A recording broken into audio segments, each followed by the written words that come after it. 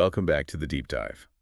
You know those nerve questions on the orthopedic exams? Those can be real brain twisters. Oh, tell me about it. So today we're diving deep into nerve injuries and everything you need to know to ace those nerve questions. Sounds intense. It is, but we're going to make it fun.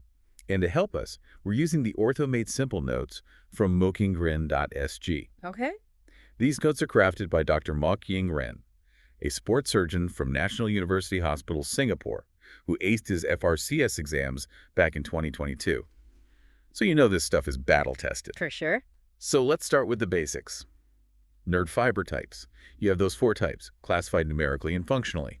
It's easy to get lost in the numbers, but what really matters is how these different fibers play a role in clinical scenarios. Yeah, absolutely. You remember those type 4 fibers? Unmyelinated, slow conducting. Yeah, the pain fibers. These guys are key players in a condition like radial tunnel syndrome. Oh, interesting. What's fascinating here is that in radial tunnel syndrome, patients often complain of pain long before any neurological deficits show up. Yeah, it's a classic exam scenario they love to throw at you, so keep that pain before deficit pattern in mind. Okay, so knowing those fiber types and their quirks is crucial, especially for those tricky exam scenarios. Right. But let's move on to nerve injuries themselves. We've got the Seddon and Sunderland classifications, 2 systems that often show up on exams.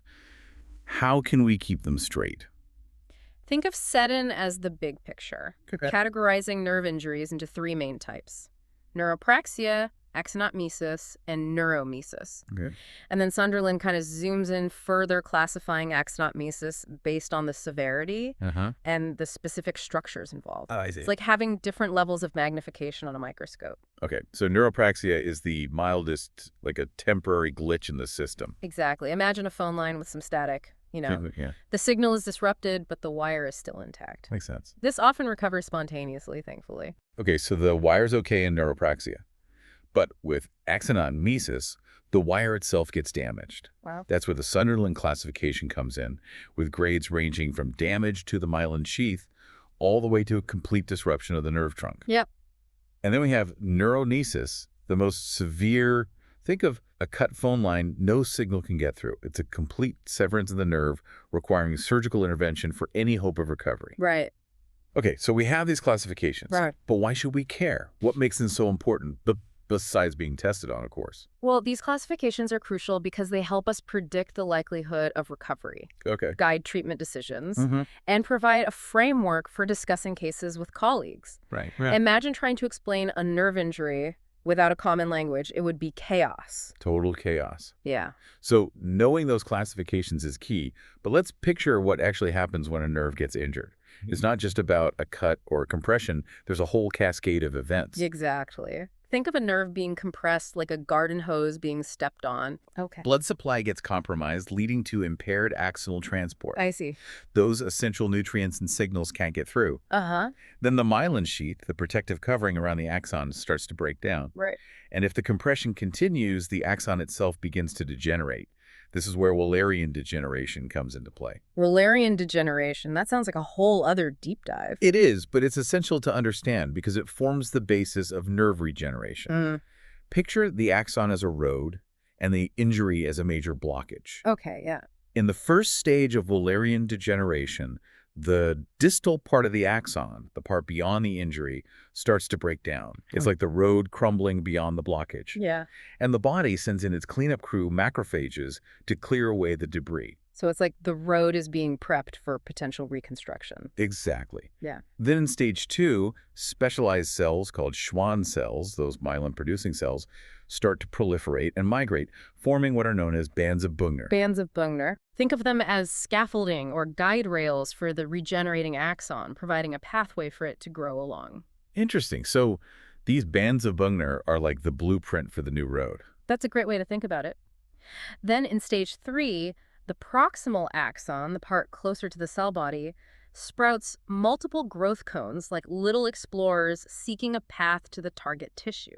Okay. And in the final stage, these growth cones navigate along those bands of Bungner, guided by various mechanisms like Philopodia, neurotropism, and neurotrophism. Hold on. Neuro what? Can you unpack those a bit? Of course. Philopodia are like little fingers extending from the growth cone, feeling their way along the bands of Bunger. Okay. Neurotropism is like a chemical attraction where the target tissue releases signals that guide the axon in the right direction. A homing beacon. Yeah, a homing beacon of sorts. Yeah. And neurotrophism refers to the role of growth factors that nourish and support the growing axon, like providing fuel and building materials for the reconstruction. Wow, so it's like a whole orchestrated effort to rebuild that damaged road. Yeah. But how do we know if the nerve is actually healing? Are there any signs we can look for? Absolutely. One classic sign is the progressive tenal sign. You tap along the nerve, and the point where the patient feels tingling tells you how far the regenerating axon has grown. If that tingling point is moving distally, it's a good sign. It means the axon is regenerating. Another key point to remember is the order of functional recovery. Oh, this is definitely exam material. What's that order?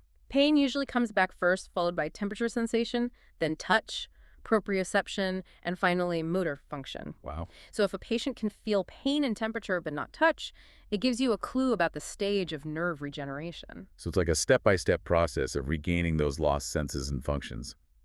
Now, let's say we have a nerve injury that can't heal on its own. What are our options? That's where the nerve reconstruction ladder comes in. It outlines the various surgical options available, ranging from simple nerve repair to more complex procedures like nerve transfers. The nerve reconstruction ladder.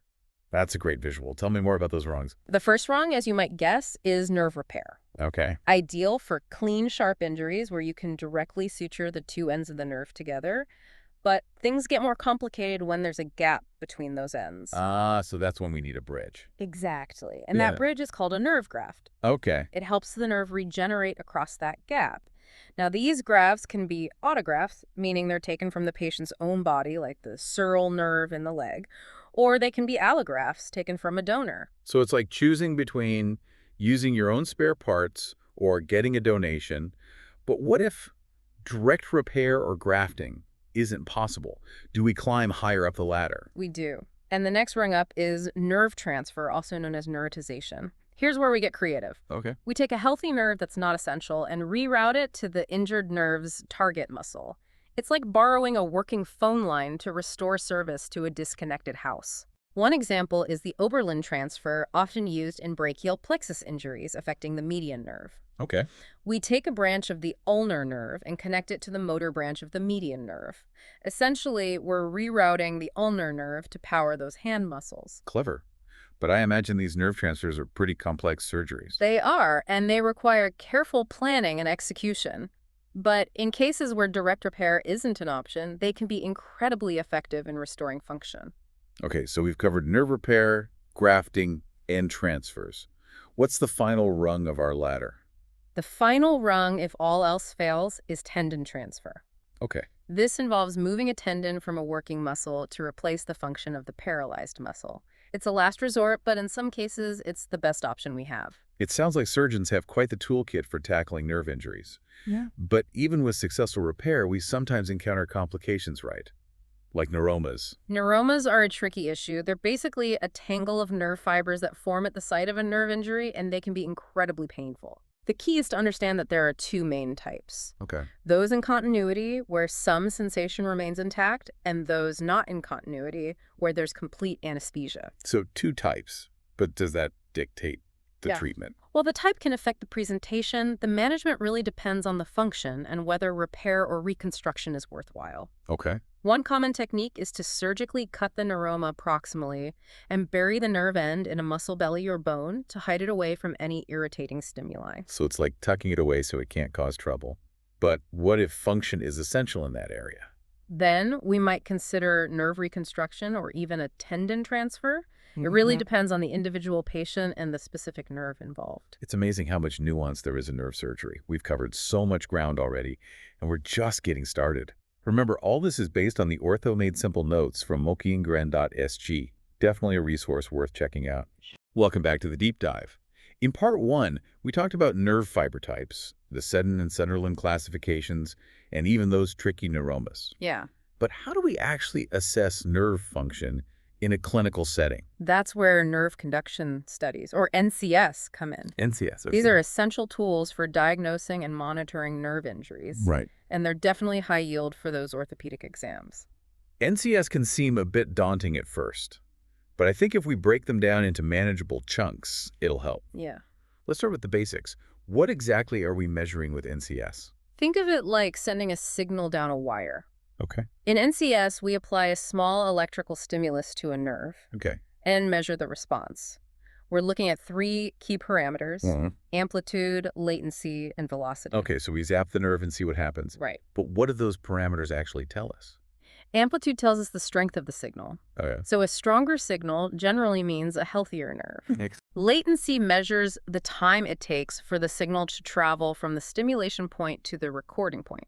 Yep. A longer latency could indicate a problem with nerve conduction, like a blockage on a highway. Okay, yeah. Velocity is calculated by dividing the distance between those points by the latency, Right. telling us how fast that signal is traveling. So it's like measuring the speed of traffic on that nerve highway. Exactly. But we're not just talking about one type of signal here, right? No. There are SNAPs and CMAPs. What's the difference? So depending on whether we're assessing sensory or motor nerves, we look at either SNMPs, sensory nerve action potentials, or CMAPs, compound motor action potentials. Okay. SNAPs give us insights into the sensory pathways, Uh-huh. while CMAPs focus on motor function. Okay, so we have these different signals and parameters, but how do we actually interpret the findings? Can you connect that back to the SEDEN classifications? Absolutely. Let's start with neuropraxia, the mildest form, where there's no actual damage to the axon. In NCS, we typically see increased latency, meaning the signal is taking a detour. Okay. But the amplitude might still be normal. It's like the signal is encountering roadblocks, slowing it down, Yeah. but it's still getting through. So the wire's intact, but there's some interference causing a delay. What about axonomesis, where there's actual damage to the axon itself? In axonomesis, you'll see a decrease in amplitude Okay. because fewer nerve fibers are conducting the signal. It's like some lanes on our highway are closed, reducing the overall flow of traffic. I see. And in neuromesis, the most severe form where the nerve is completely severed, there's no conduction at all. Our highway is completely shut down. Wow, okay. So the NCS findings can give us valuable clues about the severity of the nerve injury. But there's more to NCS than just SNAP and CMAPs, right? Right. What about those special waves, F waves and H reflexes? They always seem to pop up on exams. Ah, yes, the special waves. Yeah. These are like secret weapons for assessing proximal nerve injuries, those closer to the spinal cord. F waves are like echoes.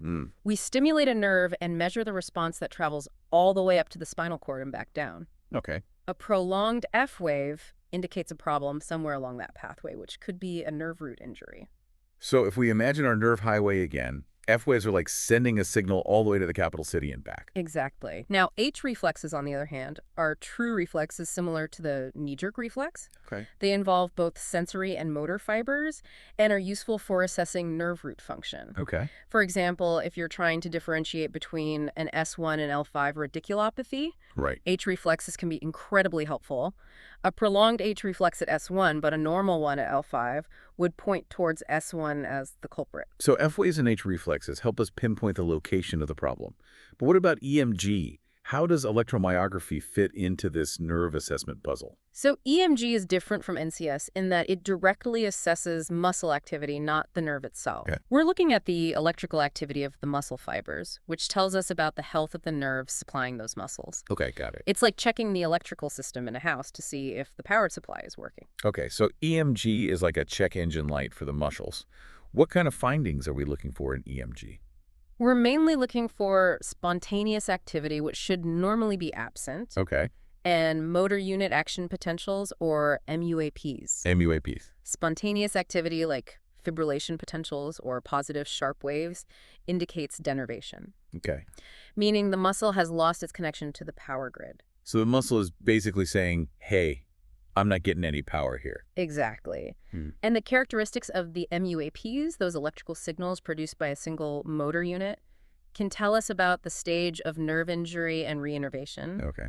We can see if the muscle is starting to get reconnected to the power grid and how well the recovery process is going. So EMG helps us assess the muscle's response to nerve injury and track the progress of recovery. It sounds like we've covered a lot of ground on nerve conduction studies and EMG. Yeah, These are definitely complex topics, but understanding the basic principles and how they relate to clinical scenarios is key for those exams. absolutely. And remember, this information is based on the Ortho-Made Simple Notes from mokyingren.sg, which are specifically designed to help you prepare for those postgraduate exams. Exactly. Welcome back to the Deep Dive. We've journeyed through the world of nerve fiber types, tackled those tricky nerve injuries, and even decoded the secrets of nerve conduction studies. But we're not done yet. Not quite. In this final part, we're going to explore those specialized techniques like nerve transfers Okay, and peek into the exciting future of nerve care. sounds good. And remember, all this incredible info is from those Ortho-Made Simple Notes on mokyingren.sg, crafted by Dr. Malk himself. A sports surgeon aced his FRCS exams. Yeah. So it was good stuff. Tried and tested. Exactly. So let's start with nerve transfers. We touched on them briefly before, but can you remind us what they are and why they're so game-changing? Remember our phone line analogy? Nerve transfers are all about rerouting. Okay, yeah. A healthy nerve, one that's not super essential, to power a muscle that's lost its original nerve supply. So it's like rewiring the nervous system to restore function. Exactly. When would we actually use this technique? It sounds pretty intense. Nerve transfers are often reserved for situations where direct nerve repair or grafting isn't feasible. Okay. Think like severe brachial plexus injuries where the nerves have been really badly damaged, or cases where that target muscle has been denervated for a long time. So in those cases where the original nerve is beyond repair, a nerve transfer can offer a glimmer of hope. It can. But how do we actually choose the right donor nerve? What factors come into play? That's a crucial step. It's like finding the perfect match for a transplant. We need a nerve that's close to the target muscle, has a similar function, and most importantly, can be sacrificed without causing significant functional loss elsewhere. So it's like a delicate balancing act. Is. We need to borrow a nerve that's both compatible and expendable. Exactly. And there are a number of factors to consider, Like what? like the nerve size, the number of axons it contains, its branching pattern. It's a highly specialized area of surgery that requires a lot of planning and careful execution. Yeah, I can imagine. Are there any examples of specific nerve transfers that are commonly used? Ones that might show up on exams? Absolutely. Okay. The Oberlin transfer is a classic example. It's often used in brachial plexus injuries affecting the median nerve, which, as you know, is crucial for hand function. Right, the median nerve. It controls those key muscles for grip and fine motor movements. Yeah. So how does the Oberlin transfer work its magic? In this procedure, we take a branch of the ulnar nerve, which normally supplies some of the finger flexors, and connect it to the motor branch of the median nerve. Essentially, we're rerouting the ulnar nerve to kind of take over the job of the median nerve, restoring function to the hand. It's amazing how surgeons can rewire the nervous system like that. Are there any other examples worth knowing? Another common one is using the spinal accessory nerve, which supplies the trapezius muscle in the shoulder to power the suprascapular nerve. Okay. The suprascapular nerve controls the rotator cuff muscles, which are essential for shoulder movement. So in cases where the suprascapular nerve is injured, we can borrow a nerve from the shoulder itself to restore function. It's like a delicate dance of borrowing and rerouting to restore harmony to the body's movements. It is. Nerve transfers are a testament to the ingenuity of surgical techniques. But beyond these intricate procedures, what other advancements are on the horizon for nerve surgery? One exciting area is the development of bioengineered nerve conduits. Bioengineered nerve conduits, okay. Imagine a tiny tube Uh-huh. made of biocompatible materials that act as a scaffold for nerve regeneration. It's like a tunnel guiding those regenerating nerve fibers across a gap. So instead of using a traditional nerve graft, we can use this bioengineered conduit to bridge that gap and encourage nerve growth. Exactly. And these conduits have several advantages over traditional grafts. Okay. First, they eliminate the need to harvest a nerve from another part of the body, which reduces the risk of complications. Right. And second, they can be customized to fit the specific needs of the patient and the injury. It's like 3D printing a custom nerve scaffold. That's a great way to put it. And some of these conduits are even being designed to incorporate growth factors or stem cells to further enhance nerve regeneration. So we're not just providing a pathway, but we're also giving those regenerating nerve fibers a boost. That's incredible. What other groundbreaking innovations are we seeing? Another fascinating area is the use of electrical stimulation to promote nerve regeneration. Electrical stimulation. Studies have shown that applying a low-level electrical current to an injured nerve can enhance axon growth and speed up functional recovery. So it's like giving the nerve a little jolt of encouragement to get those axons growing? Exactly. And this technology is being incorporated into implantable devices that can provide continuous stimulation to the injured nerve, maximizing the chances of recovery. Wow, okay. So we've got bioengineered conduits and electrical stimulation. What else is bubbling up in the world of nerve research? Well, stem cell therapy is another area that's generating a lot of excitement. Stem cells, with their incredible ability to differentiate into various cell types, hold immense potential for nerve regeneration. So we could potentially use stem cells to replace damaged nerve cells or create a more supportive environment for nerve regeneration. That's the hope. The early research is promising, but there's still a long way to go before stem cell therapy becomes a routine treatment for nerve injuries. It sounds like the future of nerve surgery is incredibly bright, with all these cutting-edge advances on the horizon. It's a truly dynamic field, and the pace of innovation is astounding. And a big thank you to Dr. Mokyingren and his Ortho Made Simple notes on mokyingren.sg for giving us this glimpse into the fascinating world of nerves. Absolutely. These notes have been an invaluable guide distilling complex concepts into clear, actionable insights. We've covered so much in this three-part deep dive, from the fundamentals of nerve anatomy and function to the latest advances in nerve surgery. We've explored those tricky nerve classifications, delved into the nuances of nerve conduction studies, and even ventured into the realm of nerve transfers and cutting-edge therapies.